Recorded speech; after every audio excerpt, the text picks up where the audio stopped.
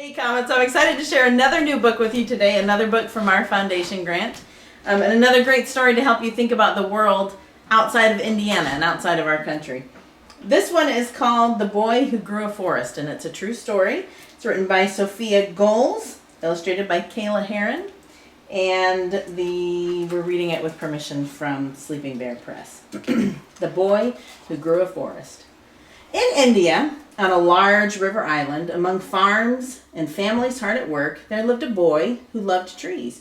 Trees meant shade, food, and shelter for many. But each rainy season, floodwaters swallowed more and more of the beautiful tree-covered land.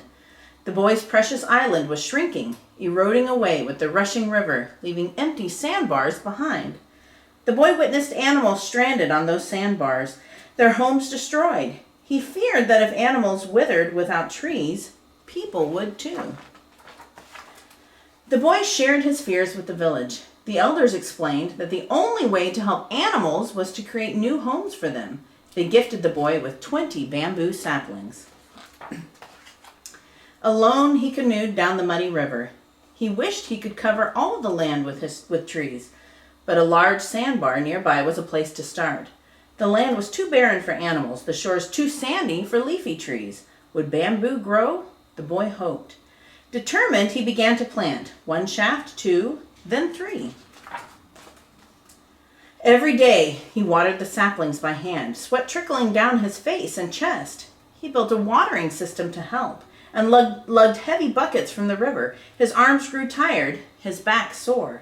Still, each day he tended to the plants, and over time the bamboo patch grew into a healthy thicket.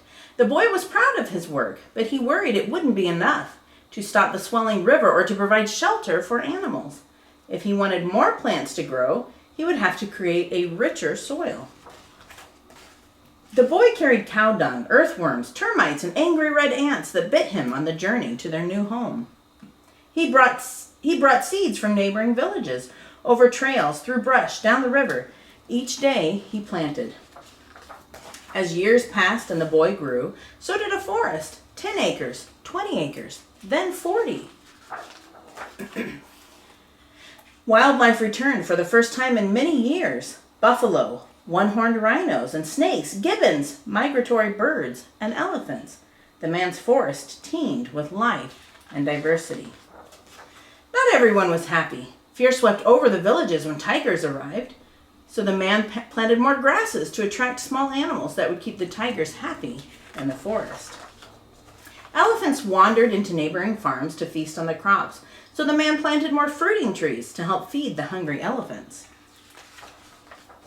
Some wanted to harvest the forest to build homes, but the man was there to plant anew. Others tried to hunt the animals for their horns and fur, but the man was there to protect.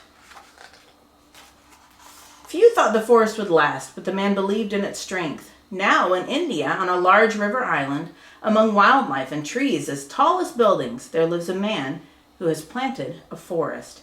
The forest is called Malai after a man named Jadav Malai Payang, who never stopped planting and pruning and protecting.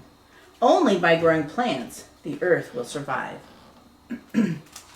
I love this book, and I was thinking about it because I've just started thinking about getting my garden ready to plant this spring, and it's something that we can all do. Plant any kind of plants that can help our world and help our environment. You can plant vegetables, flowers, trees, just like he did, and you'll be doing something good for our earth just like he did.